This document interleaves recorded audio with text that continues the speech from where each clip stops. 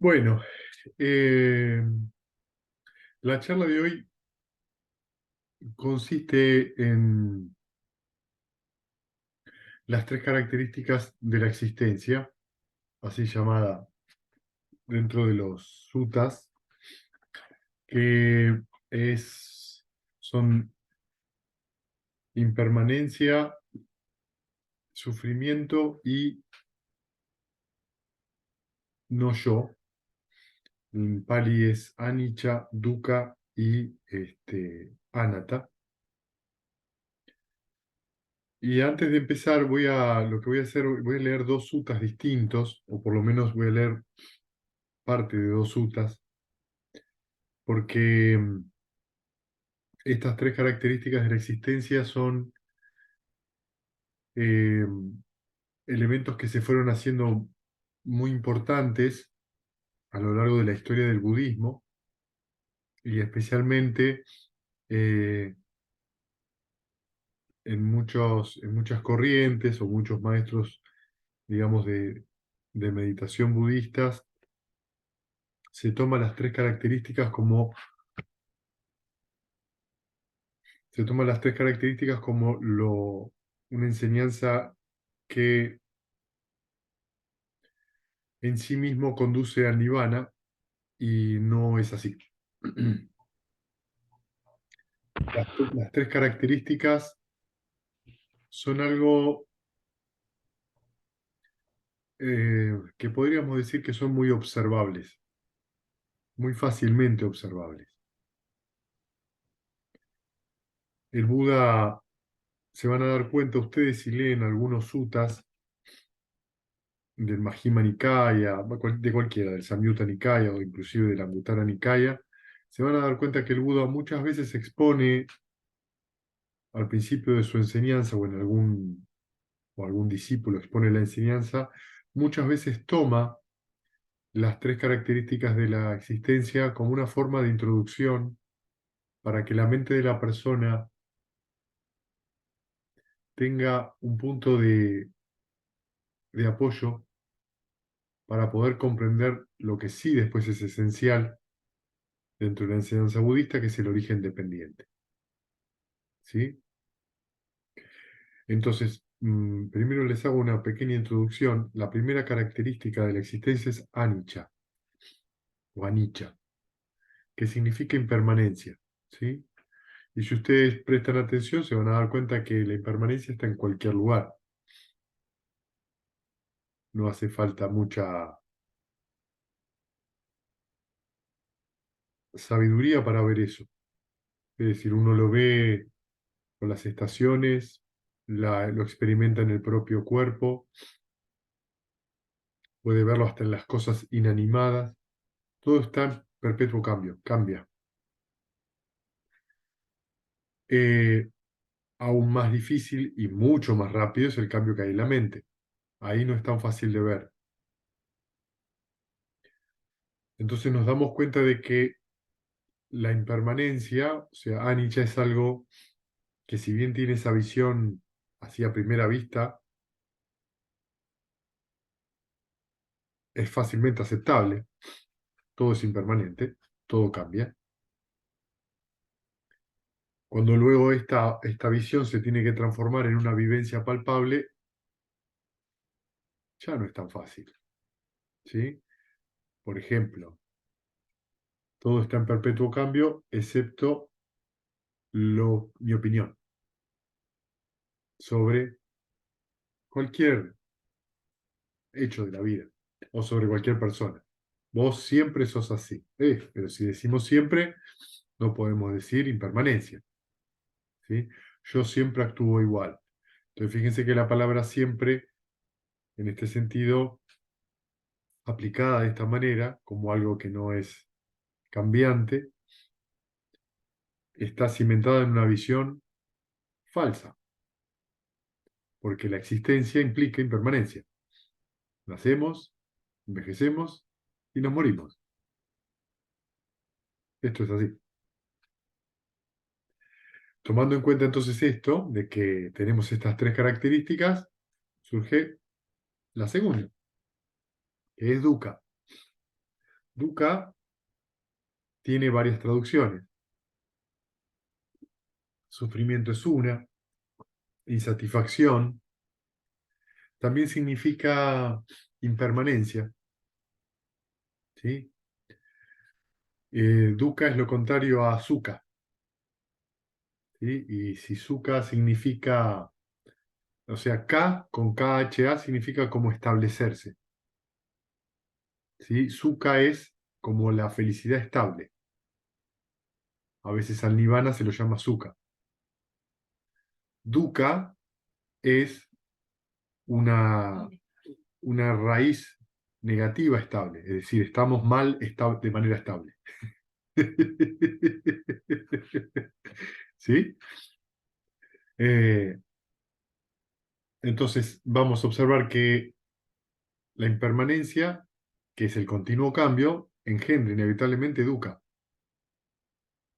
Cuando algo nos hace sentir bien, queremos que eso sea permanente y de alguna manera intentamos continuarlo. En cuanto eso que nos hace bien cambia y nos empieza a hacer mal, nos damos cuenta de que esa impermanencia engendra el cambio, permite el surgimiento de dukkha. Dukkha también tiene, dentro, digamos, del budismo, tiene tres formas de ver. Está dukkha dukkha, que es el sufrimiento físico, la enfermedad, el envejecer, que son cosas que ocurren inevitablemente. Después está viparita sukha, dukkha, perdón, que está ligado a,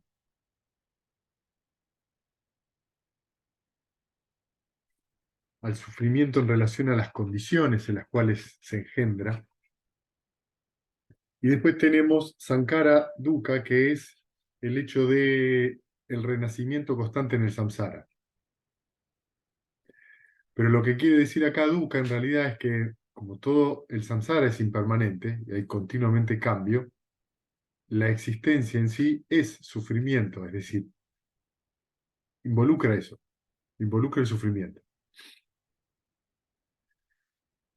Entonces tenemos que está cambiando todo el tiempo, tenemos que ese cambio produce insatisfacción,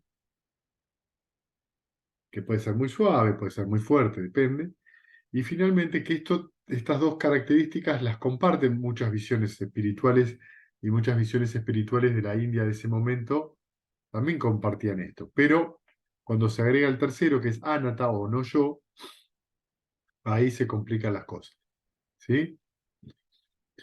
Eh, ¿Qué significa? Que si nosotros tenemos algo que es cambiante y que sufre de alguna manera o que está insatisfecho debido a ese cambio constante,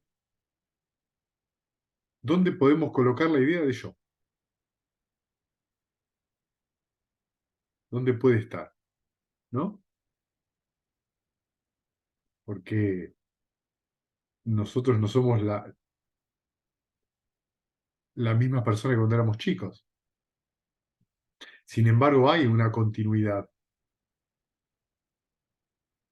¿no? Eso es quizás lo difícil de observar. Entonces, no yo se lo traduce como impersonal. La traducción de Bhante Vimalaransi, que es impersonalidad, a mí me parece que es muy interesante, porque lo que está describiendo son que en la vida lo que existen son acciones, acciones condicionadas que surgen debido a determinadas condiciones y luego cuando dan su fruto, ese fruto tiene características de las condiciones que lo iniciaron. ¿Sí? Entonces, si, por ejemplo, uno tuvo una intención sana de desearle alegría y amorosidad a alguien y le dice una palabra eh, amorosa a esa persona, nos vamos a encontrar con que las intenciones, la intención que generó eso, o sea, el karma, pues la intención y el karma son, en el budismo, la intención es la generadora de karma, vamos a darnos cuenta que el resultado de eso, de esa acción, comparte esa raíz sana. ¿Sí? Entonces, es una acción que tiene esa característica y que va a tener un resultado con algún grado de esa característica. ¿Está bien? Entonces nos damos cuenta de que la acción tiene su resultado, o sea, tiene su fruto. Y esto ocurre en el tiempo. ¿Está bien?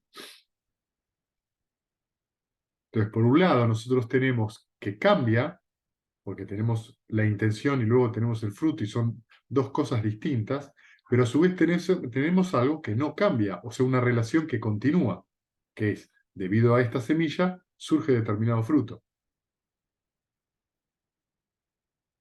Y esto es muy importante que lo reflexionemos porque lo que nos está mostrando es que la acción tiene su consecuencia, nos muestra una relación directa o una serie de relaciones, pero sin embargo, lo que nosotros llamamos persona no es en sí mismo la misma persona, porque ha cambiado. ¿Me explico lo que estoy diciendo? Esto es algo que hay que reflexionar. La idea de una identidad fija es exactamente lo que hace difícil comprender esto. Entonces, el primer sutta que voy a leer, que es el número 147 del Majjhima Nikaya, que es el pequeño sermón a Rajula, eh, acá en este sermón es supuestamente, acá en el libro dice que es cuando Rajula entra en la corriente. Yo creo que eso es una interpretación de los comentarios. Creo que en este sutta Rajula alcanza el arajantado, no estoy seguro. Dice esto, miren. Rajula era el hijo del Buda, ya acá estaba ordenado. Dice, así lo he oído en cierta ocasión, el bienaventurado residía en Saguati, en la arboleda de Geta, en el parque de Anatapíndica. Entonces, estando el bienaventurado retirado en solitario, surgió en su mente el pensamiento siguiente. Han madurado en Rajula los factores mentales que hay que madurar para la liberación. Y si continuara la educación de Rajula hasta que aniquile las corrupciones, por la mañana se vistió y tomando el cuenco y el manto se dirigió a Saguati para recolectar alimentos. Habiendo caminado por Saguati recolectando alimentos, habiendo regresado de recolectar la comida donada, después de comer, dijo así al venerable Rajula: Rajula, toma la estera para sentarte, que iremos a la arboleda del ciego para lo que queda del día. Sí, venerable señor. Asintió el venerable Rajula y tomando la estera para sentarse, siguió de cerca al bienaventurado. En aquel entonces muchos miles de dioses siguieron al bienaventurado pensando: hoy el bienaventurado continuará la educación de Rajula hasta que aniquile las corrupciones. ¿Sí? Eh, el sutta número 61 de esta misma colección es donde también el Buda le enseña a Rajula sobre los preceptos. ¿Sí? Este es otro momento de la educación de Rajula. Entonces el bienaventurado, habiéndose adentrado en la arboleda del ciego, se sentó al pie de un árbol, en el asiento que le habían preparado. Luego, el venerable Rajula, habiendo ofrecido sus respetos al bienaventurado, se sentó a un lado. Una vez sentado a un lado, el bienaventurado dijo así al venerable Rajula. Y ahora observen, ¿sí? Porque lo que va a hacer en este sutta es combinar las tres características de la existencia con el origen dependiente. ¿Qué te parece, Rajula? ¿El ojo es permanente o impermanente? Impermanente, venerable señor. ¿Y lo que es impermanente, sufrimiento o felicidad? Sufrimiento, venerable señor. ¿Y lo que es impermanente, sufrimiento y de naturaleza mutable? ¿Es correcto concebirlo como esto es mío, ese soy yo, ese es mi yo? No, venerable señor. ¿Sí? Entonces, fíjense cómo empieza el sutta, cómo empieza entrando el Buda, cómo le va enseñando a Rajula. Primero le enseña esto. El ojo, ¿no? ¿Es permanente o impermanente? Y de eso surge la felicidad o la infelicidad, ¿sí? Y es correcto decir que esto que llamamos ojo es mío, soy yo o ese es mi yo. No. Fíjense que en el sermón anterior, el número 146, que es Nandaka, que le enseña a las monjas, se utiliza lo mismo. Nandaka empieza igual enseñándole a las monjas. ¿Qué te parece, Rajula? ¿Las formas visibles son permanentes o impermanentes? impermanente, venerable Señor. Y lo que es impermanente, sufrimiento o felicidad, sufrimiento, venerable Señor. Y lo que es impermanente, sufrimiento y de naturaleza mutable, ¿es correcto concebirlo como este es mío, ese soy yo, este es mi yo? No, venerable Señor. ¿Qué te parece, Rajula? ¿La conciencia visual es permanente o impermanente? Impermanente, venerable Señor. Y lo que es impermanente, sufrimiento o felicidad, sufrimiento, venerable Señor. Y lo que es impermanente, sufrimiento y de naturaleza mutable, ¿es correcto concebirlo como esto es mío, ese soy yo, este es mi yo? No, venerable Señor. ¿Sí? Entonces, fíjense que lo que está haciendo el Buda es primero habla de el ojo, la forma, con la unión de esos dos surge la conciencia visual en este caso, ¿sí? O sea que la conciencia visual es dependiente del ojo y la forma. Y todo esto cambia. ¿Qué te parece, Rajula? ¿El contacto visual es permanente o impermanente? Impermanente, venerable Señor. ¿Y lo que es impermanente? ¿Sufrimiento o felicidad? Sufrimiento, venerable Señor. ¿Y lo que es impermanente, sufrimiento y de naturaleza mutable? ¿Es correcto concebirlo como esto es mío, ese soy yo, ese es mi yo? No, venerable Señor. ¿No? Entonces fíjense que con la unión de los tres, el ojo, la forma y la conciencia, surge el contacto, que también es condicionado. ¿Sí? ¿Qué te parece, Rajula? Toda sensación, percepción, formación mental, conciencia que surja por el contacto visual, ¿es permanente o impermanente? Impermanente, venerable Señor. Y lo que es impermanente, sufrimiento, felicidad. Sufrimiento, venerable Señor. Y lo que es impermanente, sufrimiento y de naturaleza mutable. ¿Es correcto concebirlo como esto es mío, ese soy yo, ese es mi yo? No, venerable Señor. Entonces, fíjense que toda sensación que se produzca del contacto visual, toda percepción que surja a raíz del contacto visual, todo pensamiento, o sea, formación mental que surja, y todo proceso cognitivo que surja a partir de ahí, es impermanente. ¿Sí? ¿Qué te parece, Rajula? Son el oído y los sonidos, la nariz y los olores, la lengua y los gustos, el cuerpo y las sensaciones táctiles. Eh, ¿Son permanentes o impermanentes? Impermanentes, venerable Señor. Y lo que es impermanente, sufrimiento o felicidad. Sufrimiento, venerable Señor. Y lo que es impermanente, sufrimiento y de naturaleza mutable. ¿Es correcto concebirlo como esto es mío, ese soy yo, ese es mi yo? No, venerable Señor. Y finalmente llega al sexto sentido, es, ¿qué te parece? ¿Rajula es la mente? ¿Son los objetos mentales y la conciencia mental y el contacto mental permanente o impermanente? Impermanente, venerable Señor. ¿Y lo que es impermanente? ¿Sufrimiento o felicidad? Sufrimiento, venerable Señor.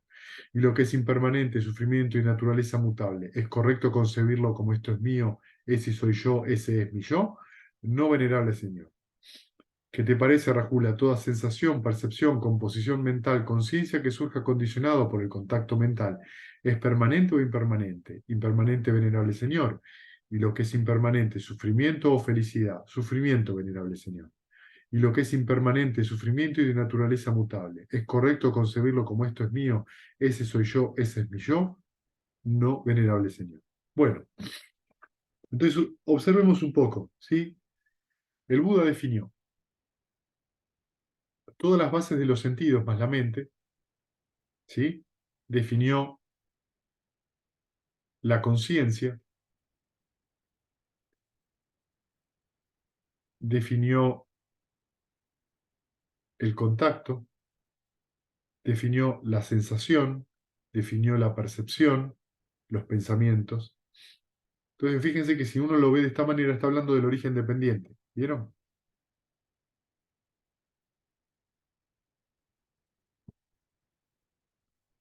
Entonces, si nosotros volvemos a las tres características, tenemos impermanencia, todo cambia, sufrimiento, debido a ese continuo cambio. Y cuando habla de no yo o impersonalidad, necesariamente le abre la puerta al origen dependiente. ¿Por qué? tenemos tres visiones generales, ¿sí? Una, el eternalismo.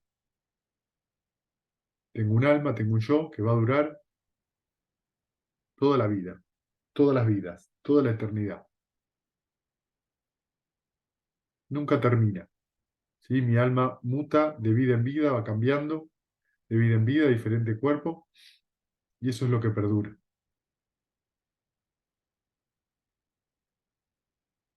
Esa es la visión del eternalismo, ¿sí?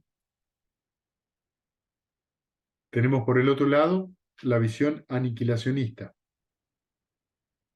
Yo tengo este cuerpo, esto es lo que soy, y cuando cese este cuerpo, ceso de sufrir, ceso de vivir.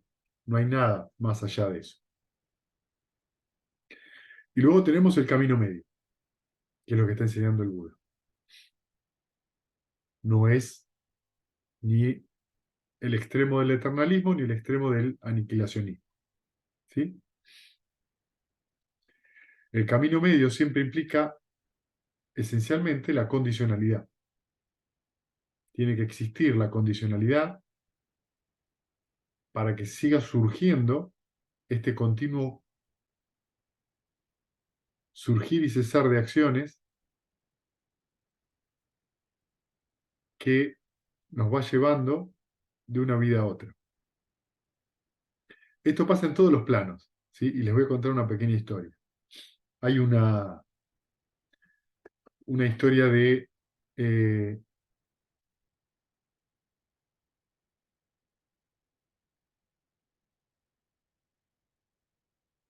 que habla de, no estoy seguro, no me acuerdo ahora, creo que es uno de los dioses principales del Tahuatinsa, que es el segundo de Baloca, ¿sí? El Tahuatinsa es como el Olimpo, ¿sí? O el Valhalla. Se llama en el budismo el mundo de los 33 dioses. Eh, para darles una idea, ¿sí? Un día en el Tahuatinsa equivale a 100 años en el mundo humano, ¿sí? Los años en el Tahuatinsa tienen 360 días. O sea, calculen lo que es un año allá, cuántos son 3600 años acá, es mucho tiempo.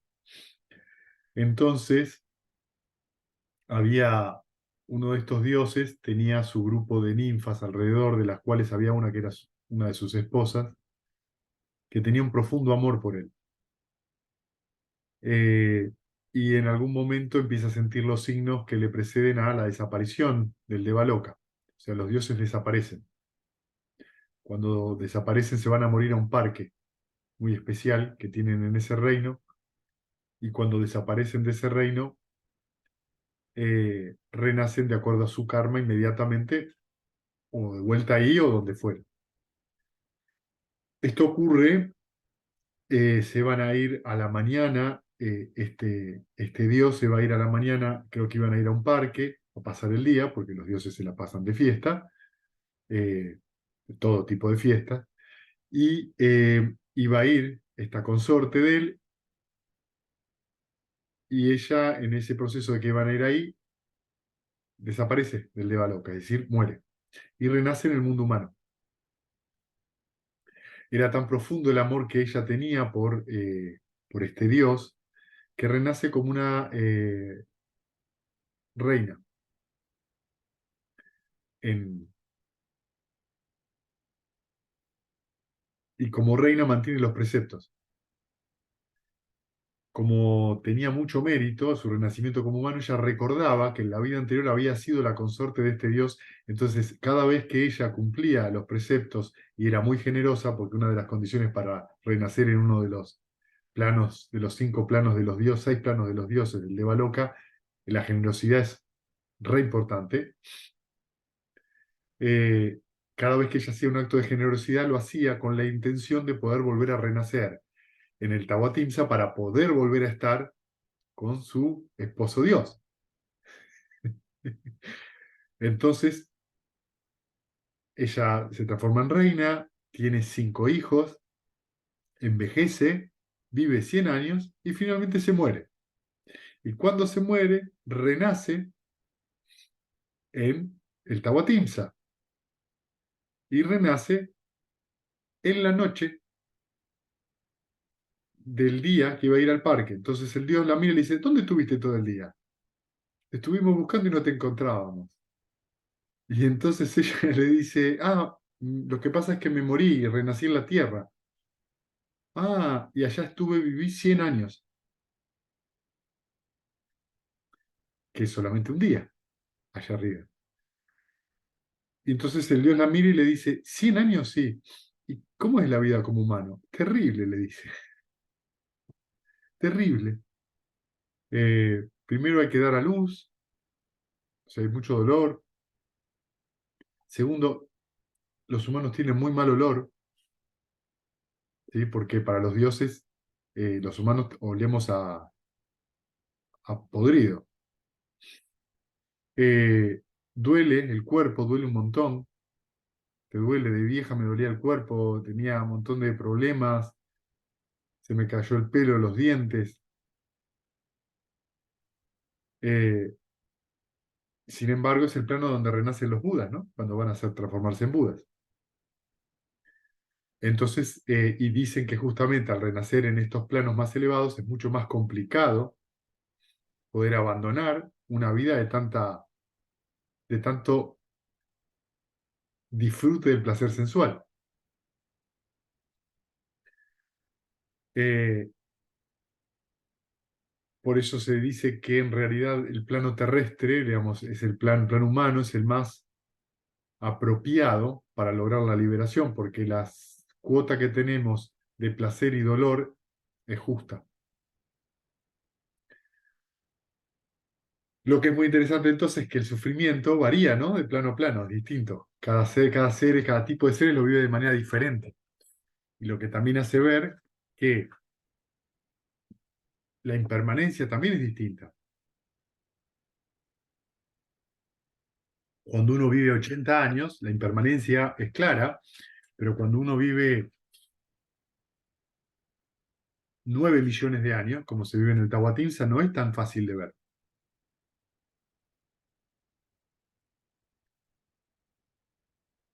Entonces, lo que es interesante de esto observar que no importa en qué plano uno esté renaciendo, uno está sujeto a la impermanencia, está sujeto al sufrimiento y, por supuesto, que lo que está ocurriendo es que hay un continuo surgir y cesar, o sea, impersonalidad, ¿sí? Y una falsa sensación de identidad, porque en realidad lo que estamos viviendo es el fruto del karma que vivimos. A ese fruto del karma que vivimos, que va a ser condición después para otro fruto, es lo que nos confundimos llamándolo identidad.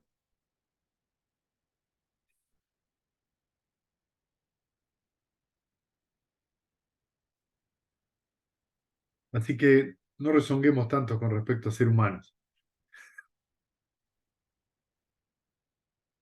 Viéndolo así, Rajula, un noble discípulo se desengaña o se desencanta del ojo, se desencanta de las formas visibles, de la conciencia visual, del contacto visual, de toda sensación, percepción, composición mental o formación mental, conciencia que surja condicionada por el contacto visual.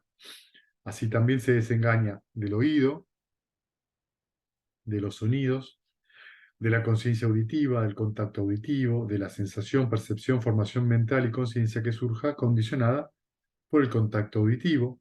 Se desencanta del olfato, de los olores, de la conciencia olfativa, del contacto olfativo, de toda sensación, percepción, composición mental, conciencia que surja condicionada por el contacto olfativo. Se desengaña del gusto, de los sabores, de la conciencia gustativa, del contacto gustativo, de toda sensación, percepción, composición mental, conciencia que surja condicionada por el contacto gustativo. Se desengaña del cuerpo, de los objetos tangibles, de la conciencia táctil, del contacto corporal, de toda sensación, percepción, composición mental, conciencia que surja condicionada por el contacto corporal. Se desencanta de la mente, de los objetos mentales, de la conciencia mental, del contacto mental, de toda sensación, percepción, composición mental, conciencia que surge condicionada por el contacto mental. Desencantado, se desapasiona y a través del desapasionamiento se libera. Al liberarse sabe que está libre y conoce aniquilado el renacer, cumplida la vida de santidad, hecho lo que había que hacer, no hay más ya de venir. Así habló el bienaventurado y el venerable Rajula gozó con sus palabras. Mientras se daba esta explicación, la mente del venerable Rajula se liberó de las corrupciones mediante el desapego. Y en los miles de dioses surgió la visión inmaculada y pura de la enseñanza. Todo lo que es susceptible del surgir es susceptible al cesar. ¿Sí? Bien, y este es uno de los suttas. Entonces, fíjense que lo que estamos mostrando con esto, que las tres características nos llevan inevitablemente a encontrarnos con el origen dependiente. El origen dependiente depende cómo se exponga, en este caso de esta manera, o con los 12 eslabones, o en este sutta es parecido un poco al pastel de miel, como está expuesto, que lo expone Mahakachana. Esta es en realidad la condición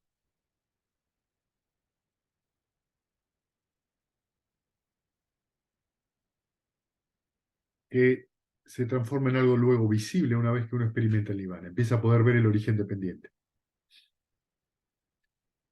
Entonces, el primer estadio de santidad implica poder ver el origen dependiente. Porque una de las cosas que se diluye con la entrada en la corriente es la idea de identidad. Desaparece. Ya no hay más idea de identidad. No hay más duda con respecto a que eso conduce al nirvana, que esa práctica conduce al nirvana, y no hay más, no existe más la creencia de que ritos, rituales o supersticiones nos van a llevar al nirvana. ¿Sí? Esto trae como resultado una enorme cantidad de alivio. A medida que se van cumpliendo los otros estadios de santidad, la visión del origen dependiente es cada vez más clara. El alivio va siendo cada vez mayor. Y esta es la enseñanza del Buda, ¿no? Nirvana, la cesación completa del sufrimiento. ¿Sí? Una pequeña nota al pie, como para que nos entendamos, ¿sí? Eh, a veces cuando se habla de estas tres características, es muy rápidamente asumir una idea pesimista de la vida, ¿sí? La existencia es impermanente, sufriente e impersonal. O sea, todo lo que pasa es sufrimiento. No es verdad. Todo lo que sucede no es sufrimiento. Pero fíjense que son las tres características de la existencia. Y acá esto es algo bastante profundo. ¿Qué significa la existencia? La presunción de que hay un yo. La presunción de que hay un yo es que ¿quién sufre?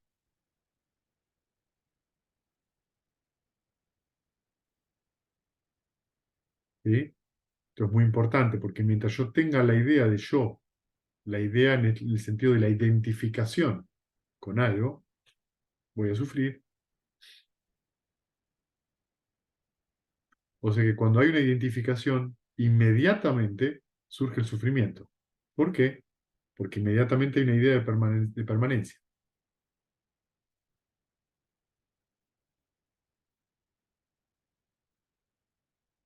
La idea de identidad está sostenida, entre otras cosas, por las opiniones personales.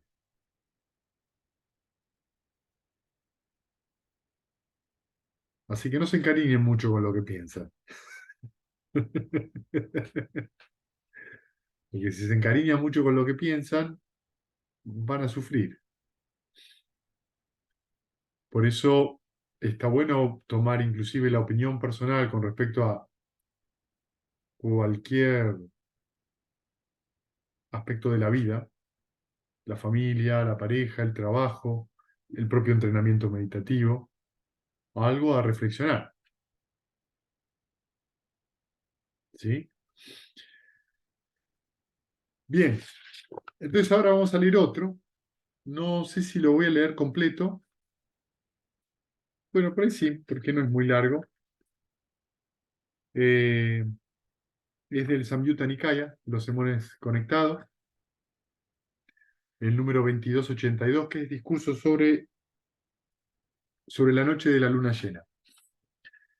Eh, en una ocasión el bienaventurado estaba morando en Saguati, en el Parque del Oeste, en la mansión de la madre de Migara, junto con un gran grupo de monjes de la Sangha. En esta ocasión, el día 15 del mes, la noche de Uposata de la luna llena, el bienaventurado estaba sentado al aire libre rodeado por la Sangha de los monjes.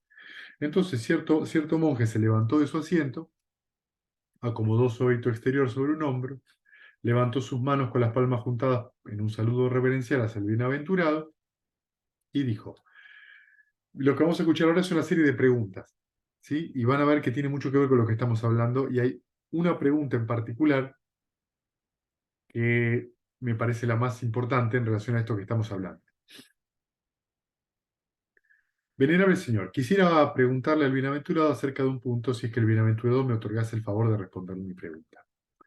Bien, una cosa que no les aclaré antes, en referencia a esto de que en la vida todo es sufrimiento. No es que en la vida todo es sufrimiento, el asunto es cuando lo queremos perpetuar, ¿sí? Es decir, está mal cuando uno tiene contacto con una sensación agradable dada por cualquier estímulo visual, un pensamiento agradable, de un olor agradable. Disfrutar en ese momento no, pero el asunto es que uno lo quiere perpetuar. O sea, surge el apego a eso.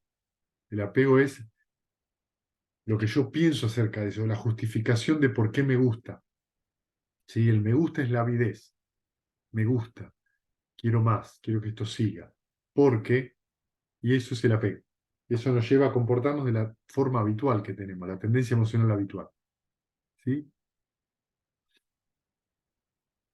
Entonces, acá el asunto es ese. El asunto, uno no puede vivir adentro de una caja negra y ser alimentado por vía endovenosa. Uno vive. Lo que hace que lo que tiene que hacer es prestar atención.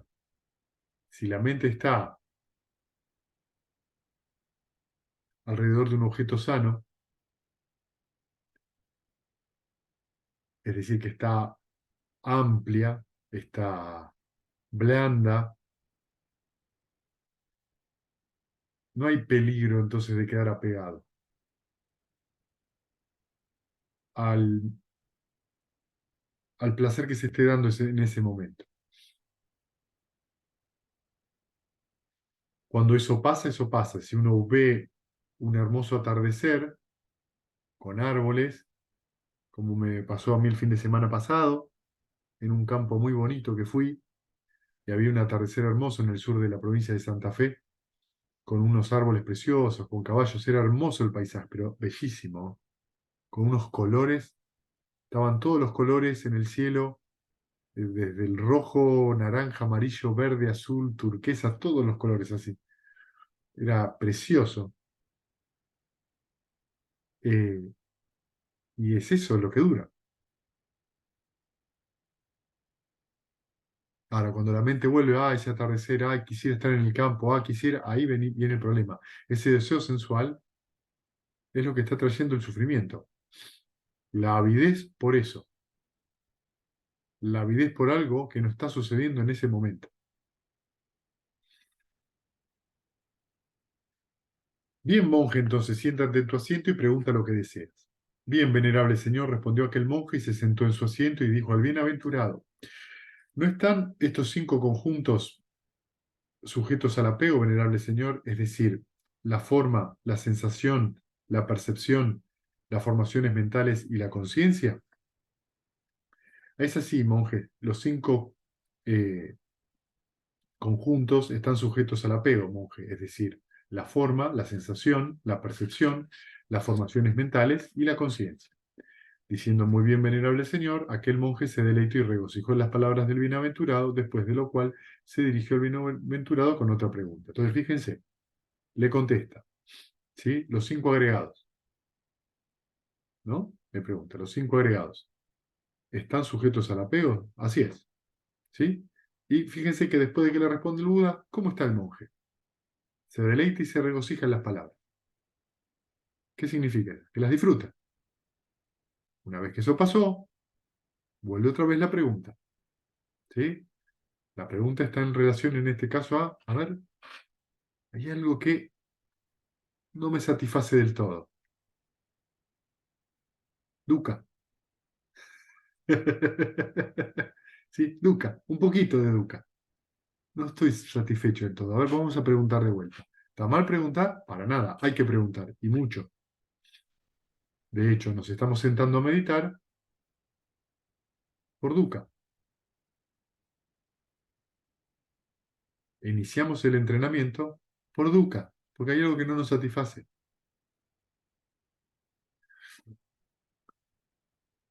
Pero, venerable señor, ¿en qué se arraigan estos cinco agregados? Estos cinco agregados se arraigan en la avidez, monje. ¿Sí? Venerable señor, ¿es aquel apego lo mismo que los cinco agregados o es el apego algo diferente a los cinco agregados? Monjes, el apego no es lo mismo que los cinco agregados, pero tampoco el apego es algo diferente a los cinco agregados. Más bien, la avidez y la codicia por ellos es el apego aquí. ¿Sí? ¿Qué significa esto? Que la avidez por cualquiera de los cinco agregados, por lo que sentimos, lo que percibimos, por lo que pensamos, por la sensación corporal o por la conciencia, el reconocimiento de todo eso, esto es lo que, por ejemplo, inclusive después de que se entra en la corriente, todavía hay apegos o avidez por alguno de estos cinco agregados. Son procesos ya más refinados. ¿Sí? Entonces fíjense que la avidez, por eso son los cinco agregados del apego, de la avidez y del apego. Están alimentados por la avidez. Significa que estos cinco agregados que nosotros tenemos son la consecuencia de que rompimos los preceptos en nuestra vida.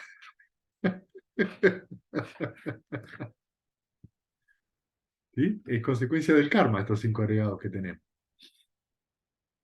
Cómo nos vemos, ¿sí? De cómo nos hemos comportado en otra vida. Ahora fíjense la pregunta, qué buena pregunta. Pero, venerable señor, ¿puede haber una diversidad de esta avidez y la codicia por los cinco agregados? ¿Sí? Puede haber los monjes, respondió el bienaventurado.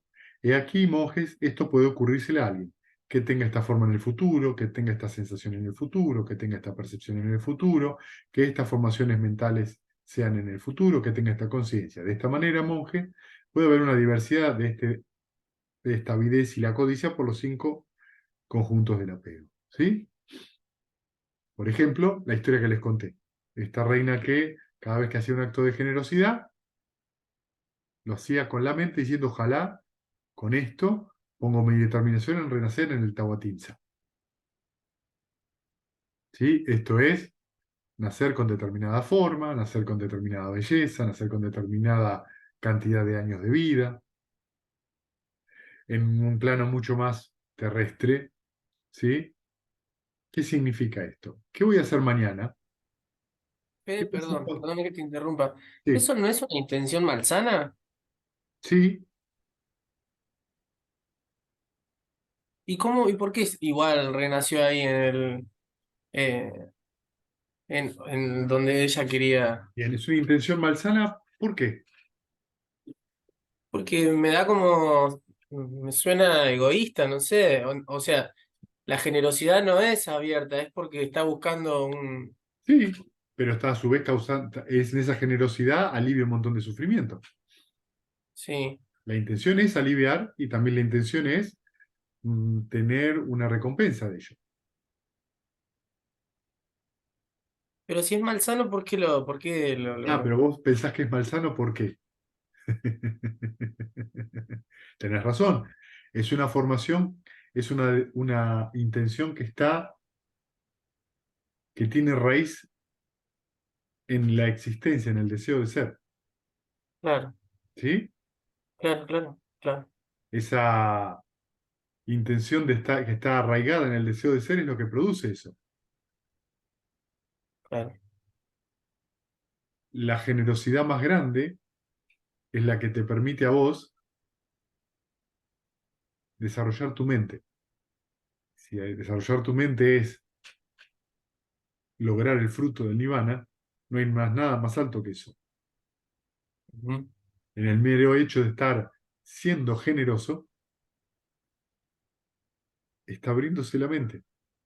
Estás observando en ese mismo momento, en el acto de generosidad, estás reconociendo primero la impermanencia. Sí, Segundo, no es tuyo, sí. pasa por vos. Ajá.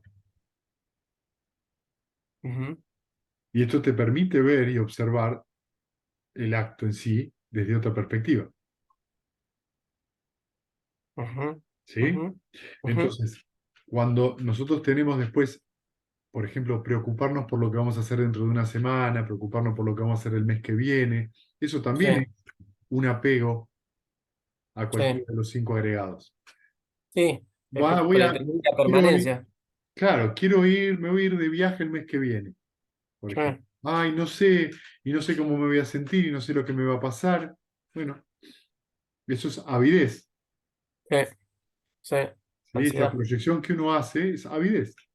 Sí, Y como tanto, la avidez es la causa del sufrimiento.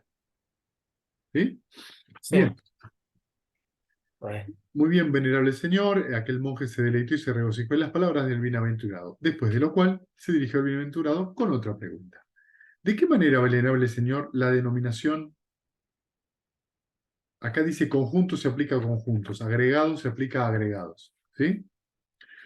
Cualquier clase de forma que haya, sea pasado, futuro, presente, interna o externa, vulgar o sutil, inferior o superior, lejano o cercana, a esto se le llama el apego de la forma. Cualquier sensación que haya, pasado, futuro, presente, interna o externa, vulgar o sutil, inferior o superior, lejano o cercana, se le llama el apego de la sensación. Lo mismo ocurre con la percepción, lo mismo ocurre con las formaciones mentales o con la conciencia, que sea del pasado, presente o futuro, interna o externa, vulgar o sutil, inferior o superior, lejano o cercana. Esto se le llama el, el agregado de la conciencia. De esta manera, la denominación agregado se aplica al agregado, es decir, que se lo conoce como agregado. Kanda, en Pali, ¿sí? Kanda es conjunto, agregado, y viene en realidad de formación, porque Kanda es un pelotón de soldados, es un conjunto. Entonces a los agregados se los define así como un pelotón, como una cantidad de un conjunto que tiene sus propios movimientos, para comprender que es algo móvil, que es algo cambiante y que por supuesto está sujeto a determinadas condiciones. Diciendo muy bien, venerable señor, aquel monje se deleitó y regocijó en las palabras del bienaventurado, después de lo cual se dirigió al bienaventurado con otra pregunta. ¿Cuál es la causa y cuál la condición, venerable señor, para que se manifieste el agregado de la forma, el agregado de la sensación, el agregado de la percepción, el agregado de las formaciones mentales y el agregado de la conciencia? Los cuatro grandes elementos, monjes, es la condición para que se manifieste el agregado de la forma. ¿Sí? Es decir, que para que exista la forma, necesitamos los cuatro elementos: tierra, agua, fuego y aire. ¿Sí? O, de hecho, de otra manera, la característica sólida, la característica fluídica o acuosa, ¿sí? La característica calórica, el calor, y la gaseosa o el aire. ¿Sí? Entonces, la forma, la materia, se manifiesta de estas cuatro, tiene estos cuatro componentes. ¿Y cuál es el contacto, monje? Es la condición para que se manifieste el agregado de la sensación. ¿Sí? Es decir, yo no puedo sentir lo que no tengo contacto. Para que haya contacto, para que haya una sensación, necesito el contacto. ¿Está bien? Eso es como muy claro. El contacto, monje, es la condición para que se manifieste el agregado de la percepción. ¿Sí?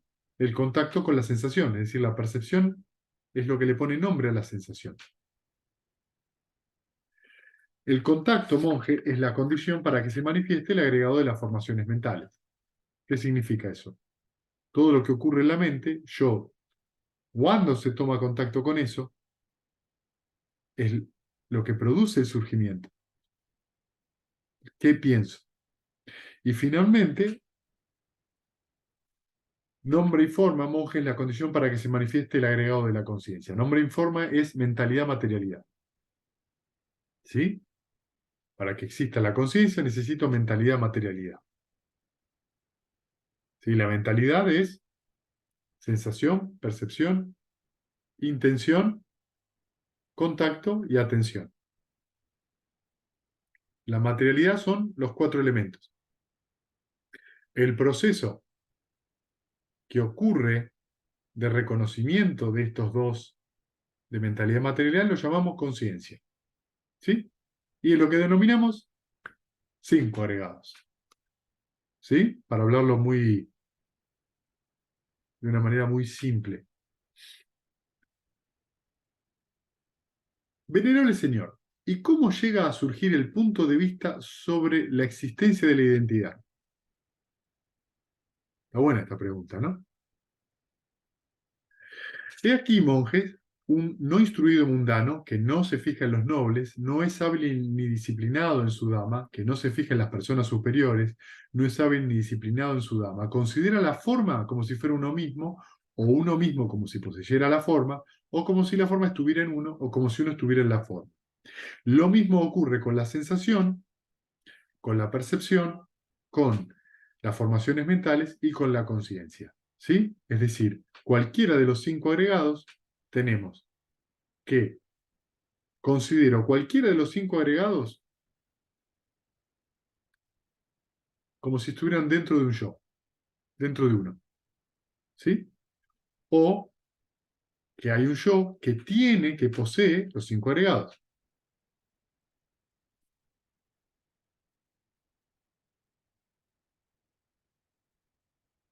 Denme un segundito. O como si los 5 agregados y el yo fueran lo mismo. ¿Sí?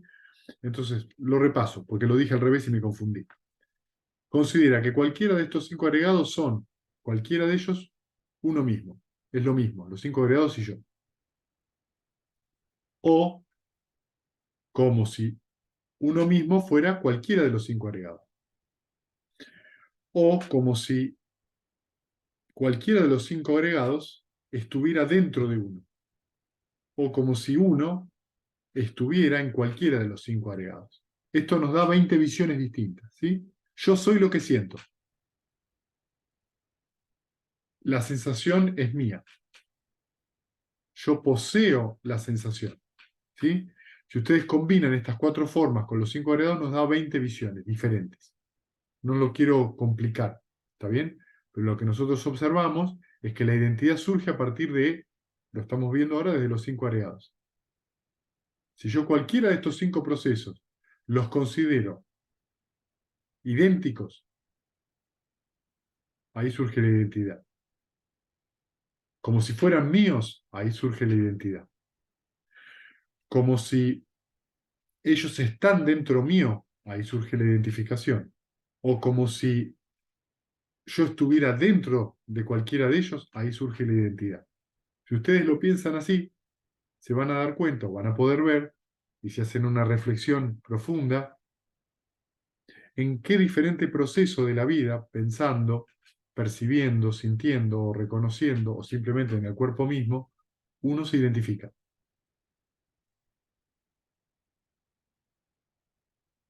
Es así, monje, como llega a surgir el punto de vista sobre la existencia de la identidad. Entonces, fíjense que es el punto de vista de la existencia. Y acá volvemos a las 3 características. Porque surge este sentido de existencia, es que está surgiendo que hay impermanencia, que hay sufrimiento, y a partir de eso nos damos cuenta de que no existe anatta, de que no hay ningún lugar que podamos decir, esto es mío, este soy yo, porque estamos continuamente cambiando. Venerable señor, ¿y cómo no llega a surgir el punto de vista sobre la existencia de la identidad? He aquí, monje, el instruido noble discípulo que se fija en los nobles, se sabe disciplinado en su dama, se fija en las personas superiores, se sabe disciplinado en su dama, no considera a la forma como si fuera uno mismo, o sea, cualquiera de los cinco agregados, ni como si fueran uno mismo, ni uno mismo como si fueran los cinco agregados, ni como si los cinco agregados estuvieran en uno, ni como si uno estuviera en los cinco agregados. O sea, no se identifica con ninguno de esos procesos. Simplemente entiende y comprendo que son procesos sujetos a determinadas condiciones y cambian, que continuamente cambian. Entonces, cuando ustedes tienen un pensamiento malo que los hace sufrir, o un sentimiento malo que los hace sufrir, ay, cómo sufro por lo que me dijo. No es por lo que te dijo que sufrís, es porque no te gusta lo que te dijo. Eso es avidez. Si hay avidez, ya estamos alimentando ese proceso de los cinco agregados. Si yo hago las seis R's, en ese momento que me doy cuenta que no me gusta, lo que estoy haciendo es esto que dice el Buda. No me identifico a través de las seis R's. Si no me identifico a través de las seis R's, a través del recto esfuerzo, ¿qué hay? Nirvana. Hay alivio. Mundano. Pero hay alivio. Cada vez que ustedes hacen las seis R's, están experimentando una clase de cesación, una clase de alivio.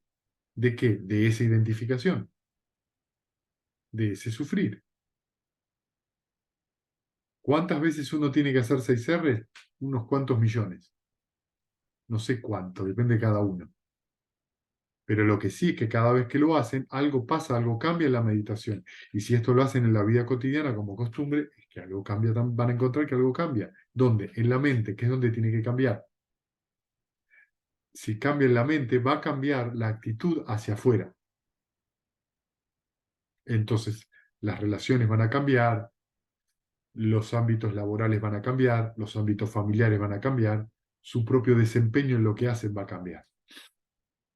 ¿Y qué es, venerable señor, la gratificación, el peligro y el escape en el caso de la forma, de la sensación, de la percepción, de las formaciones mentales y de la conciencia? Es decir, fíjense ahora, el placer y la alegría, monjes, que surgen en dependencia de la forma, esa es la gratificación, es decir, cuando nos gusta algo, de cualquiera de lo que nos proveen los cinco agregados. Ahora, que la forma no sea permanente ni satisfactoria y que sea cambiante, este es el peligro de la forma. O sea, es muy lindo, ¿está bien? Uno ve una torta de chocolate, ve la forma, ve el color y se le hace agua a la boca. Es muy lindo. ¿Cuál es el peligro? Que se termina. Y por ahí uno quiere más. Ahora fíjense, la remoción y el abandono de la avidez y la codicia, en este caso, por cualquiera de los cinco agregados, este es el escape de la forma. ¿Qué significa la remoción y el abandono de la avidez y la codicia? Las seis R's. Es el noble esfuerzo. No dejar que la mente siga derrapando por ese sendero. Entonces, cuando ustedes tienen un estado incipiente, malsano, estoy un poquito molesto. Bueno, eso es una pequeña llamita en un bosque de hojas secas. Seamos negligentes con eso y a las 2 horas vamos a estar muy enojados, muy molestos, muy irritados, muy no soportándonos a nosotros mismos.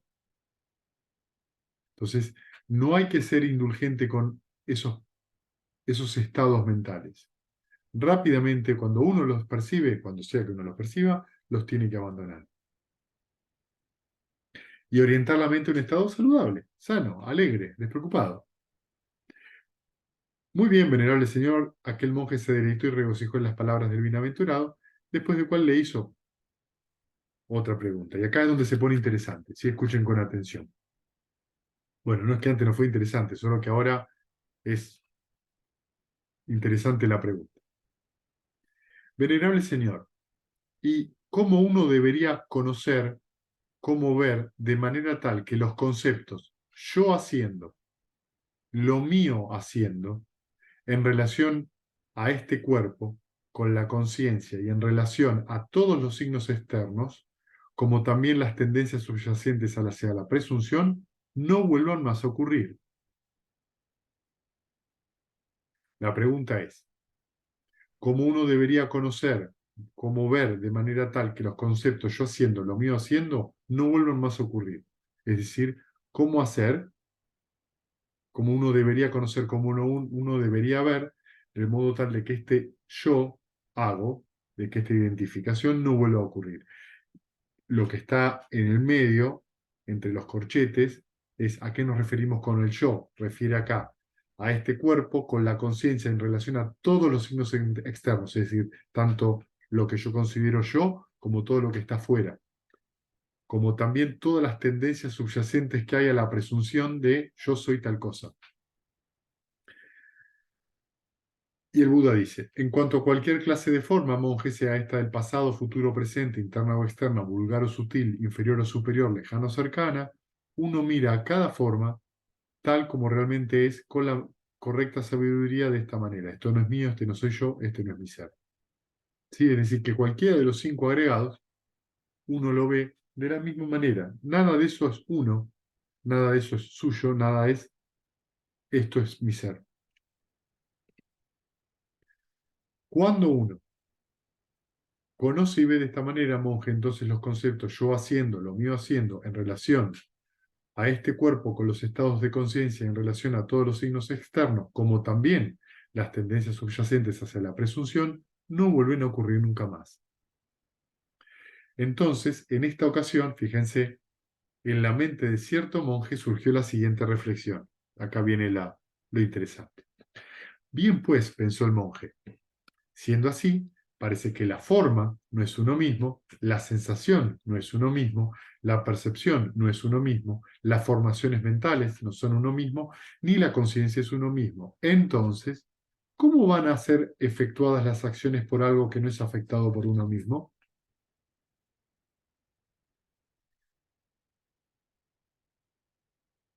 ¿Sí?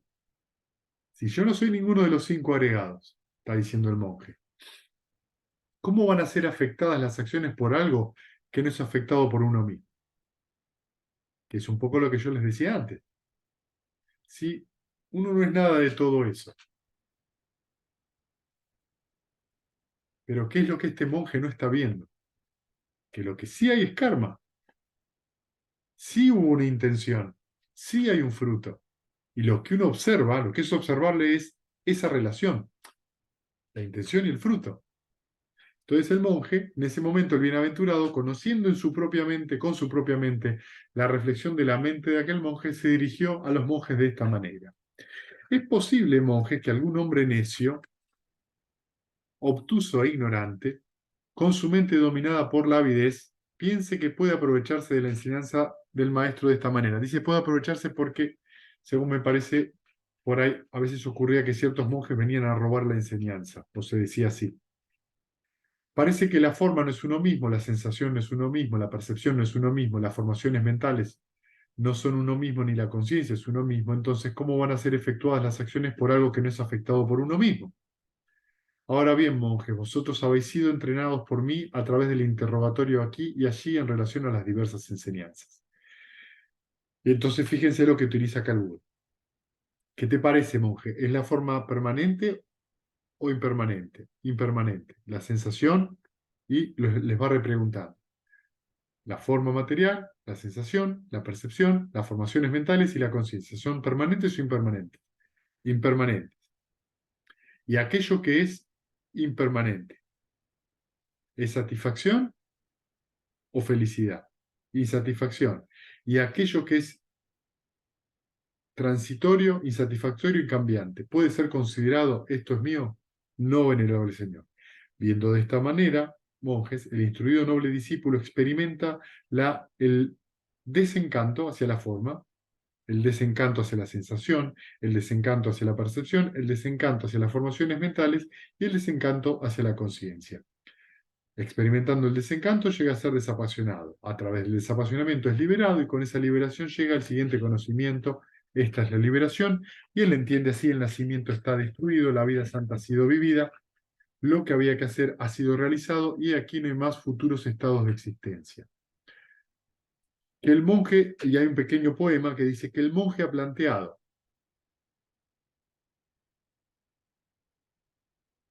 dos cosas acerca de los conjuntos. Si son lo mismo, ¿qué puede ser? Su declinación y su causa. Dos, acerca de la identidad, sobre gratificación y sobre este cuerpo con la conciencia. Está muy rara la traducción, ¿sí? Lo que está queriendo decir con este pequeño poema final eh, es un pequeño poema que está en relación de vuelta a lo que dicen los dioses en el anterior sutta, porque surge esto, surge aquello, es decir, todo aquello que está condicionado en el surgir está condicionado al cesar, ¿sí?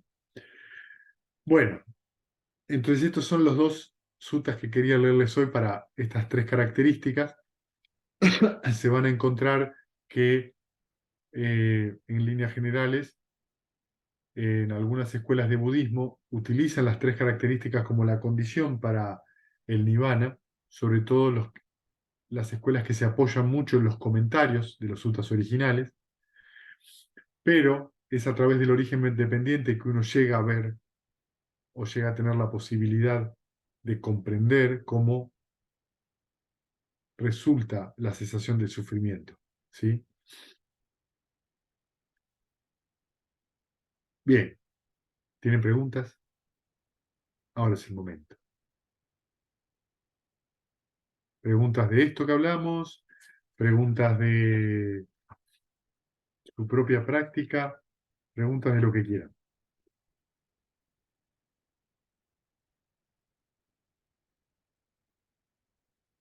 Pregunten, pregunten, no importa que haya avidez, ¿eh?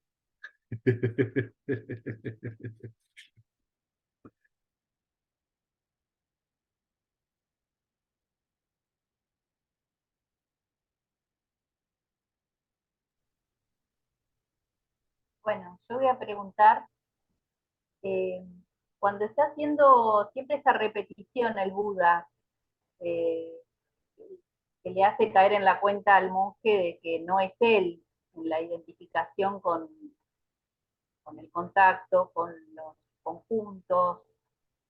Él dice en un momento, esto no soy yo, ¿cierto?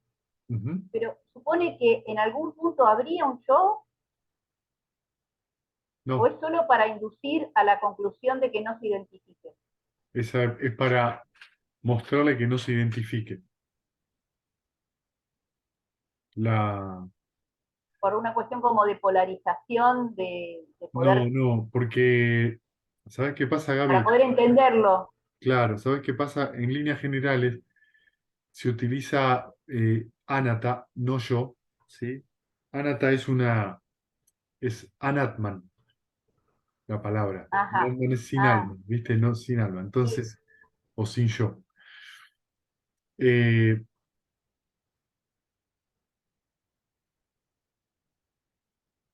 para ordenarme un poco, uno parte de la presunción de un yo, ¿sí? La mente, la mente está seteada, hay un yo, existe un yo, ¿sí? sí, porque nos permite también vivir como humanos, No, tener un no, nombre. un Dios también tiene ese concepto, un Brahma también tiene ese concepto, ¿sí? Lo que te quiero decir con esto es que esto ocurre así porque la mente solo piensa en conceptos, ¿sí? Un concepto es una cosa, ¿sí? Por ejemplo, mesa, ¿sí? Mesa es un concepto. Si yo te pregunto, bueno, ¿qué es la mesa? Vos me vas a decir que la mesa se utiliza para comer y yo no te pregunto para qué se utiliza. ¿Qué es la mesa? ¿Es la tabla de arriba? ¿Son las patas? ¿Son los travesaños entre las patas si es que tiene? Y si la mesa no tiene travesaño, sigue siendo una mesa. Y si la mesa tiene una sola pata en el centro, ¿es también una mesa? Entonces, como la mente humana funciona en conceptos, y el lenguaje es, surge a raíz de los conceptos mentales, tendemos a confundir y a creer, naturalmente, como funcionamos así, yo, ¿sí? Cuando el Buda dice anatta o impersonalidad, lo que está diciendo es que no es que no hay yo o que sí hay yo, simplemente que el mero hecho de presumir que existe eso, ahí es donde está la visión falsa, ahí es donde hay una creencia totalmente falsa. Entonces, cuando tenemos una conversación, bueno, pero si no hay yo, ¿qué hay? Que es esencialmente lo que vos me estás preguntando. A lo que yo te respondo, ¿y vos cómo sabes que hay algo? En términos de concepto. Porque el concepto es una cosa. Y sin embargo, en relación a la charla de hoy, si tomamos el primer aspecto, que es impermanencia. El primer aspecto, que es impermanencia, te está diciendo que no hay algo, sino te está diciendo que ocurre un proceso, ocurre una acción que comienza y que termina. ¿Sí? En cada instante mental hay cientos y miles de pulsos de conciencia, surgiendo y cesando, surgiendo y cesando, surgiendo y cesando. Inclusive en cosas eh, no vivas, como por ejemplo una taza, las moléculas también se mueven y tienen ligeros cambios. O sea que el cambio es constante. Lo que me hace a mí ver la taza, en realidad no estoy mirando la taza, ¿qué estoy viendo? Mi concepto de la taza. Lo que hace ver entonces que uno no ve el mundo, uno ve el concepto que tiene del mundo.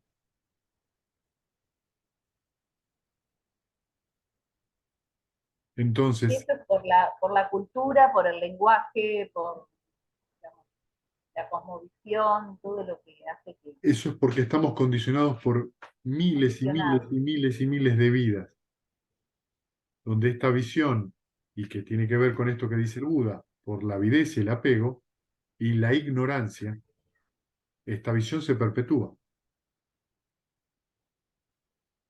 hasta que en algún momento se transforma en una creencia tan fuerte, que no podemos ni siquiera pensar que eso no existe, que es solo una idea, no una realidad.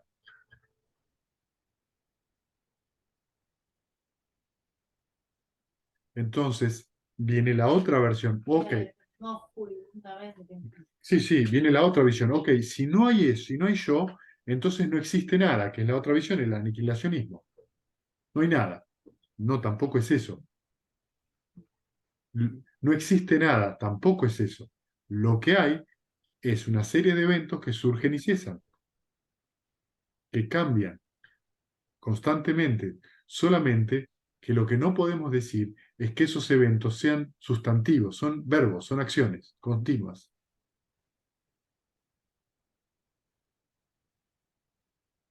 impermanentes, cambiantes.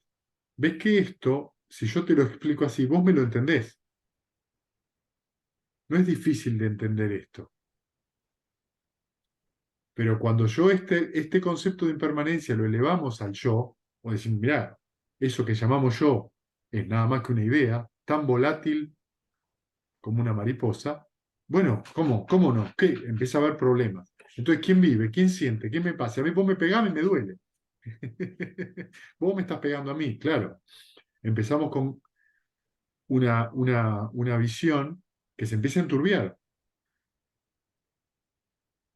Porque desde un punto de vista relativo, el lenguaje, para poder entendernos, sí, yo te estoy hablando a vos, pero desde el punto de vista de lo que de verdad está pasando, solo están ocurriendo ondas de sonidos que están llegando, que van de un lado al otro, cargando cierta información que nuestro cerebro decodifica de cierta forma. ¿Sí? Por Sumado, por algún motivo, digamos, de evolución, de especie, nosotros hemos ido transformando la capacidad, no sé, de gritar, en hablar, en cantar de una manera exquisita, o sea, todos esos desarrollos semánticos, ¿no? Todo lo que es, yo me pregunto, digamos, el planteo del Buda es para, no es para negar eso, sino para encontrar un modo de sufrir menos. claro, sí, por supuesto, por No supuesto. porque, o sea, porque si yo llevo eso es como, bueno, entonces no escucho música porque es apego a lo sensual, o No, no, no. no, O sea, no. Te vas a dar cuenta de que en realidad no, si vos, es una forma de plantarse frente a los eventos y poder en algún momento decir, bueno, esto también es una construcción, todo esto que está sucediendo sí, en mi sí, propia vida, mi sí, vida, entre comillas. sí, sí, sí, lo que está diciendo el Buda lo que está enseñando es un camino para cesar de sufrir.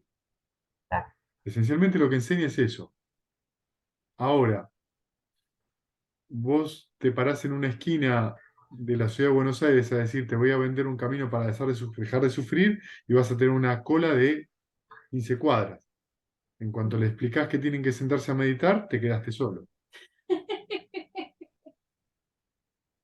Y en cuanto a eso significa que vos tenés que poner una considerable cantidad de esfuerzo, de amor, de reflexión, para poder comprender de que vos sos el que produce ese sufrimiento, y ahí no solo te quedaste solo, sino que te echaron y te persiguieron hasta Mar del Plata. Y esta idea de que yo no me puedo producir el sufrimiento a mí mismo, sino que otro me lo produce, está arraigada en esta idea de identidad, que no es solo yo, sino tú también, el otro. De ahí a que sea tan fuerte la opinión personal sobre uno mismo, sobre la otra persona, sobre lo que se debería hacer, sobre lo que no se debería hacer. Y este tipo de opiniones son las que frenan el entrenamiento, los que te frenan de ver la realidad tal cual es.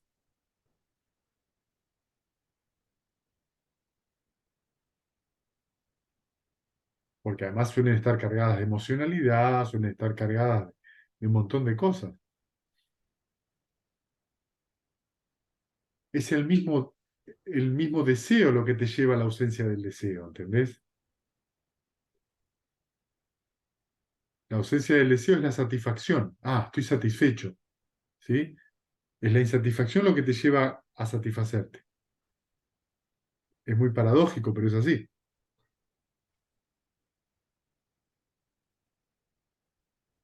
Entonces, cuando en el budismo se dice no yo, se está queriendo decir de que la presunción de un yo es la que está fuera de lugar.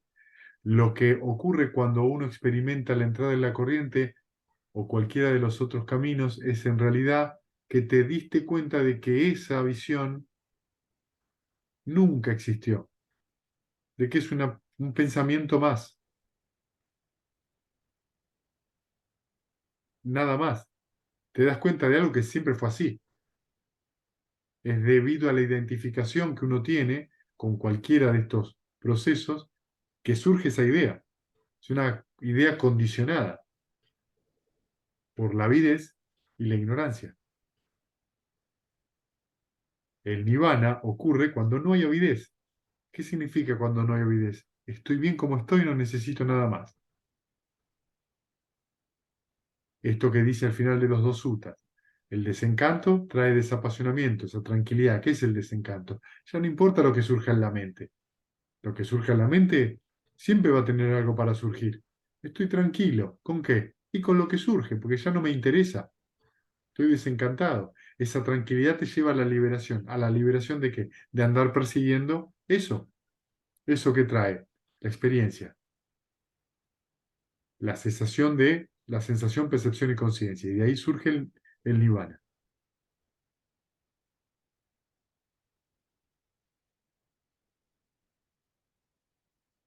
Por eso a veces las palabras o las explicaciones pueden sonar tramposas o que te conducen a un lugar que uno no tiene muy claro.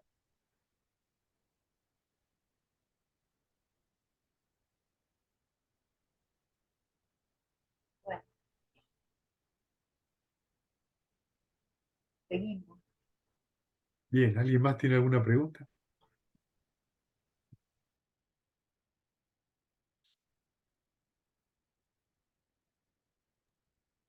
Digamos, para hacer un resumen, las tres características, entonces, ¿cuáles son de la Impermanencia, existencia? sufrimiento y no yo. E impersonalidad. Impermanencia, sufrimiento y no yo, Sí, impersonalidad. y personalidad. Son de la, son las tres características de la existencia. Sí, Y la oposición a la existencia sería la experiencia.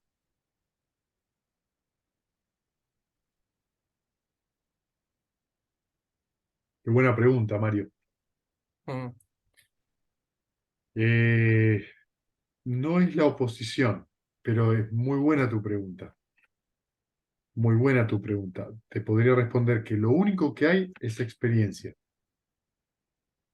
claro, Lo claro, único que existe es la experiencia. presente. La experiencia no necesita un experimentador. Claro, claro. Lo que hay es experiencia. La existencia implica que hay alguien que vive esa Existiendo, experiencia, ¿entendés? claro, ajá, existiendo. Lo que hay es una experiencia. Lo que sucede es una acción. No hay un actor. El actor es una forma de decir, nada más. Una forma de designar. Yo como, nada más. Lo único que está ocurriendo en ese momento es comer. Yo pienso. Lo único que está pasando, está ocurriendo es el pensar. Yo veo. Lo único que ocurre es el ver.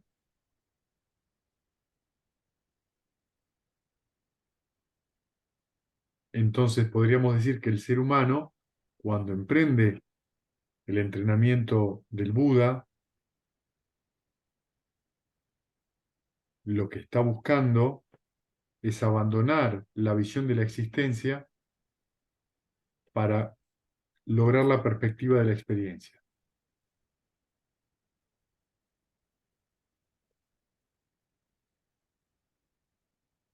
Claro.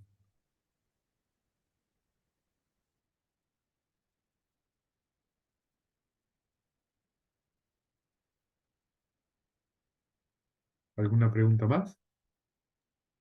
Fede, hola. Hola Silvi, ¿cómo andás? Silvi, ¿te Bien, teñiste el acá. pelo de azul?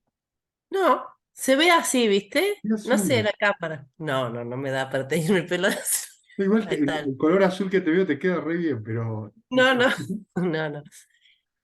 Pregunta, Fede, ¿y la experiencia va a sí, ser de acuerdo a, a nuestro estado mental? correcto. Sí, así es. Bien, Depende cuál sea tu estado mental, será la característica de la experiencia. Que como se experimenta, la experiencia ocurre momento a momento, por eso es tan importante estar atento. Cada momento de la vida. bien. Y no generar más karma, digamos, en esa experiencia. Cada vez que hay una intención mental, Va a hay haber karma. generación de karma, ¿sí? El asunto es que si esa intención mental es sana, es alegre, es despreocupada, o sea, no tiene la mente contaminada, el resultado de ese karma va a tener esas características, ¿sí? Por eso es tan importante, por ejemplo, entrar en llana, Claro. porque la mente en ese momento está pura. Sí, ahí hasta la vida es hasta bonita, digamos, porque estás en un estado Claro, sí, donde... sí. También es bonita cuando vos, por eso te digo, ves un atardecer muy lindo, en ese momento Sí, también hay sí, sí. placer. No hay problema, digamos, uno puede también desarrollar eh, avidez por cualquier cosa. El asunto es que, por eso te digo, no es que hay que tenerle miedo a eso, porque si tenemos miedo de apegarnos, ya No, me- estamos, no, ¿qué está pasando en ese momento? En ese momento ya estamos teniendo un problema. No hay que observar, no tener miedo. Eh, y los llanas no hay que tener ningún miedo porque no, uno no se va a pegar a los llanas. De hecho, van a ser experiencias que le enseñan mucho a uno. Pero lo que es importante entonces es esto, es cómo está la mente momento a momento, es cómo vivimos la vida momento a momento. Salvo que uno pueda sacarse la mente, ponerla un momento en el freezer y después volvérsela a poner. Pero no es posible. no. O sea que inclusive cuando dormimos la mente sigue funcionando, sigue produciendo intenciones.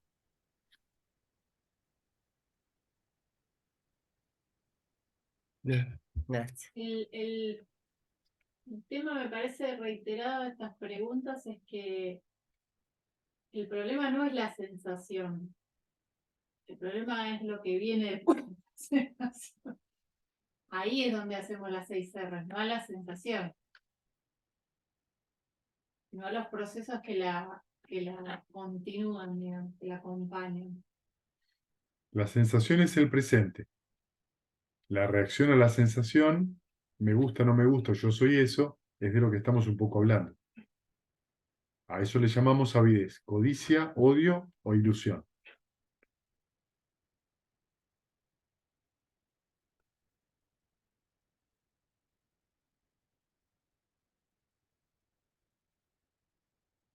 Si entendemos eso, nos damos cuenta que no es el problema sentir lo que sentimos, el problema es la reacción a las sensaciones. ¿Qué hacemos con lo que sentimos? Claro, ¿qué hacemos con lo que sentimos? ¿Cuál es la decisión, cuál es la intención que tomamos a partir de lo que sentimos?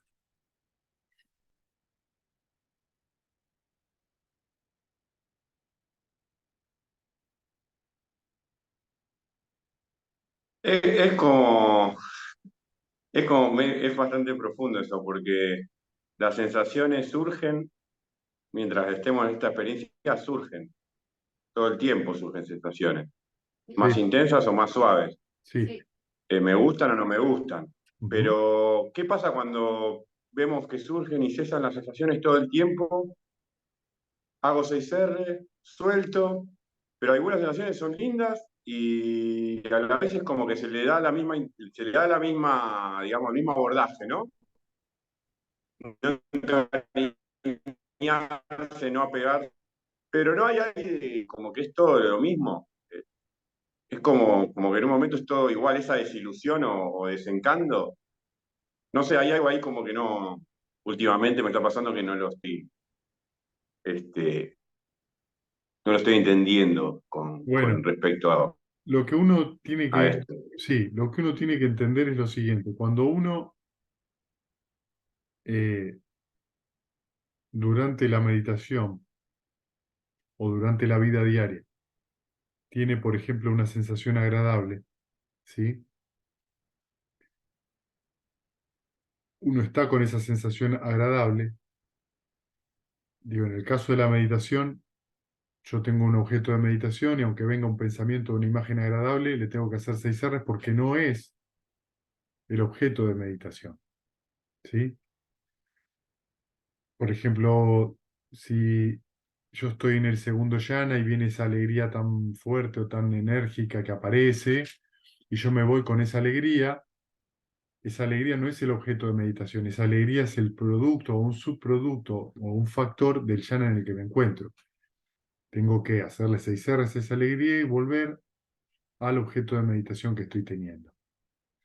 De esa manera lo que va a producirse es que esa alegría va a permanecer y va a estar el tiempo que las condiciones de esa alegría eh, estén alimentadas y luego se va a desvanecer.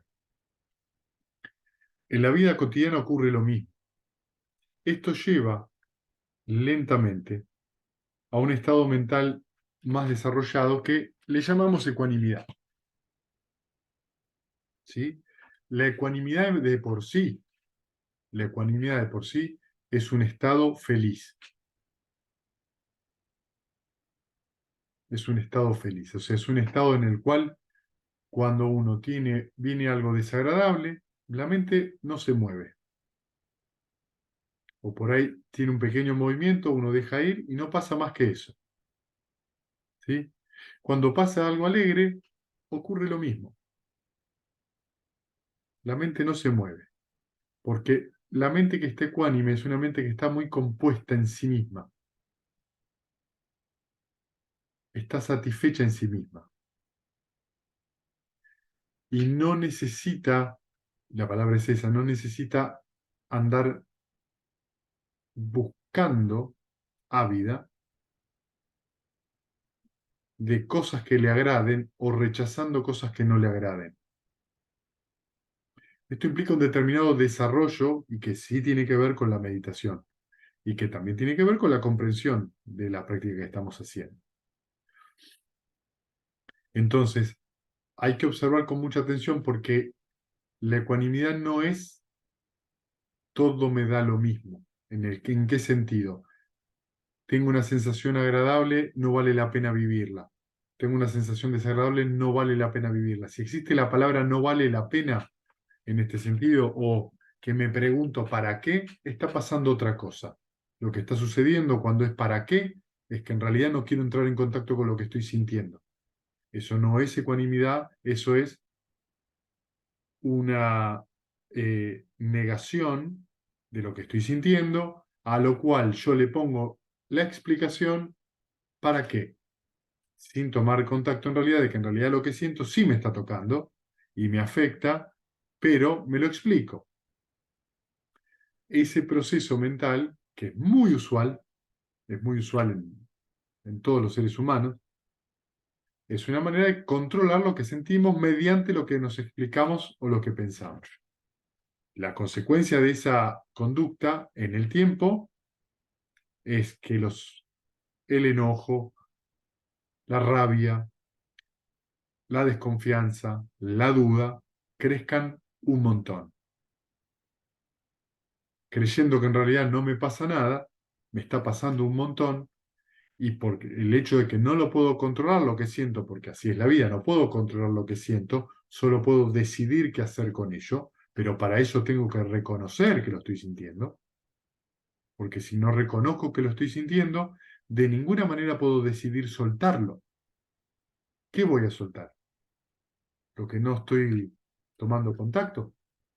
Pues yo necesito tomar contacto con lo que estoy sintiendo, sea agradable o desagradable.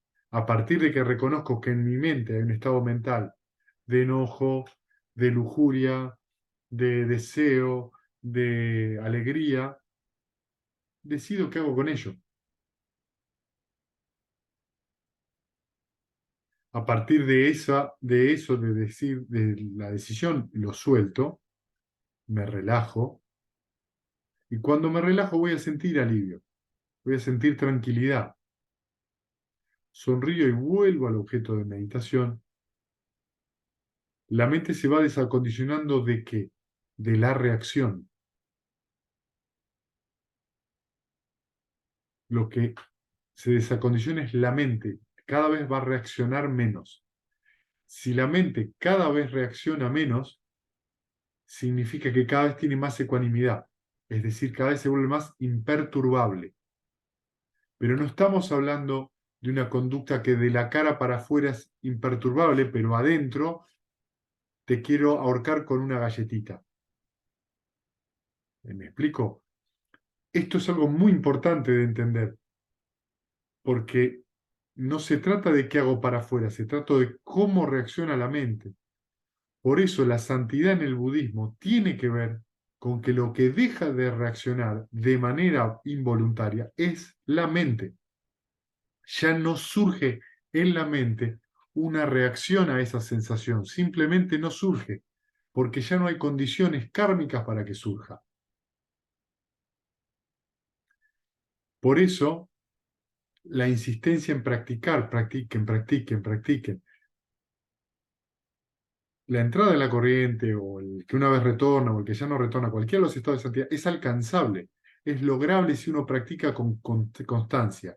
¿Qué es lo que ocurre cuando eso pasa? Que un montón de reacciones mentales van a cesar, no van a aparecer más, ya no necesito tener la voluntad de abandonarla porque no surgen. Voy a estar ante un evento en la vida en el cual antes la mente reaccionaba y ahora está en silencio, no reacciona, porque ya no hay condición para que surja el sufrimiento. Por eso el Buda dice que el que entra en la corriente abandona un océano de sufrimiento. Y esto es palpable. No es que dice, pone cara de que no le pasa nada, pero en realidad le quiere partir un palo en la cabeza. No, no surge, no es necesaria la abolición para abandonar. Sin embargo, el que entra en la corriente va a seguir teniendo obstáculos porque su mente todavía no está liberada. El que retorna una sola vez va a seguir teniendo obstáculos porque la mente todavía no está liberada. Y el anagami, que es el que ya no retorna, que abandonó los primeros 5 grilletes, todavía va a haber un poco de dukkha en su mente. Muy suave, pero va a estar ahí. Entonces nosotros tenemos que ser en este sentido muy honestos. A mí me afectó, me afectó. Ok, no hay problema. No es un problema que te afecte, es un problema cómo reacciono a eso. Si yo lo niego, tengo que hacer dos trabajos. Primero, reconocerlo. Y segundo, dejarlo. Yo no puedo soltar lo que no sé que agarré. Y a veces pasa esto. No, sí, ya lo solté. No, no lo soltaste, te sigue pasando, se te ve en la cara que estás sufriendo, que no estás bien. Hacelo más corto. El camino más corto siempre es a través de tomar contacto con lo que uno siente. Siempre. Es el camino más directo.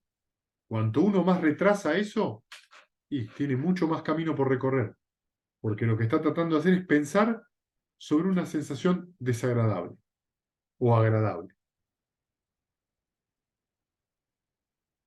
Esto, por supuesto, en este video tan instructivo es muy fácil de hacer, no tan sencillo de decir, no tan sencillo de hacer en la vida cotidiana, ¿sí? Especialmente en el día a día, donde hay tantas cosas que nos aparecen.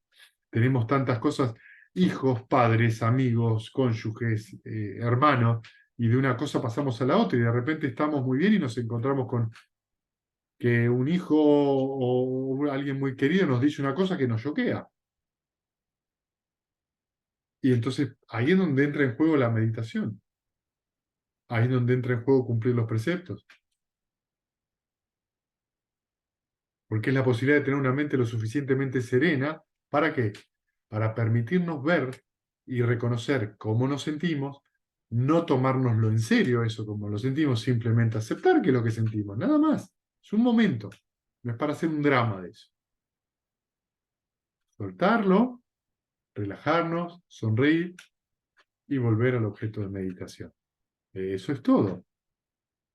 Acá entra en juego lo que está en Sutta. Si nos identificamos con eso que pensamos y creemos, este pensamiento soy yo, este es mi ser, es ahí donde sufrimos un montón.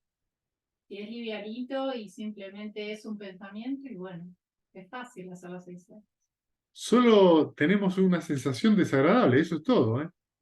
No, bueno, pero es nada más que eso. Después nosotros lo volvemos el Monte Everest. Pero es solo una sensación desagradable. Pero sobre eso construimos. Y si me pasa esto, y si me pasa aquello, y si me siento esto, y después me dice esto, y después. Y bueno, ya se empezó a construir. Ahí apareció papancha, proliferación mental. Y de ahí ya estamos agarrados.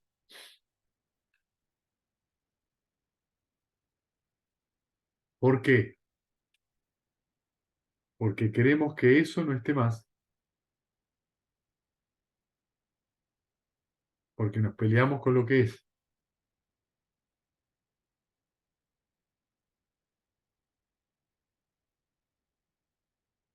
¿Está bien? ¿Alguna pregunta más?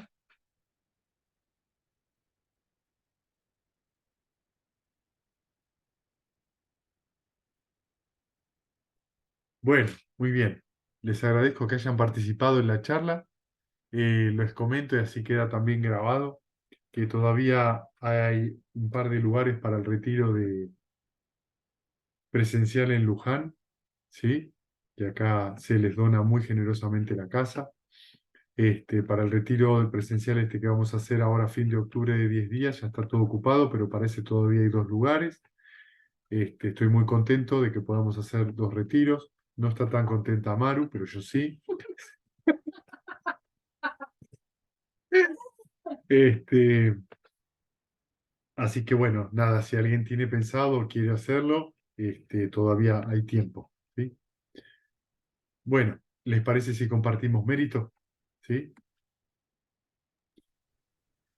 Que los que sufren sean libres Acá de sufren, libres sean de libres de sufrimiento, sufrimientos, pecados, intrépidos los sean, intrépidos aterrorizados, sean, intrépidos y Dios se sean, despojen de Dios se todo despojen de dolor, todo que de dolor, todos todo los seres dolor, encuentren que los alivio. seres encuentren encuentren Todos alivio. los alivio, seres todos los compartan seres los este seres mérito Compartan que ese mérito hemos que hemos así adquirido hemos para el que logro hemos adquirido de para el adquirido, todo logro tipo de de todo tipo felicidad. de felicidad. Que seres los que seres habitan que en habitan paz en en la paz tierra, en la En tierra, nuestra tierra, Devas y tierra, Nagas, de Devas y gran y Nagas poder, de nagas de gran gran poder, poder, compartan este compartan mérito este compartan mérito este nuestro mérito nuestro y que por mucho nuestro, y y tiempo que por mucho mucho protejan la tiempo tiempo dispensación protejan del la sea dispensación del luz. Buda. sadhu, sadhu, Sadhu, Sadhu, sadhu, sadhu. sadhu. sadhu, sadhu, sadhu. Gracias, gente. Nos vemos. Gracias Chao, a Gracias, todos, a gracias. Fede. todas. Chao a todos. Chau, chau, Chao a chau. todos, chao Chao, Maru. chao. Chao, Maru. Chao a todos, a todas. Chao.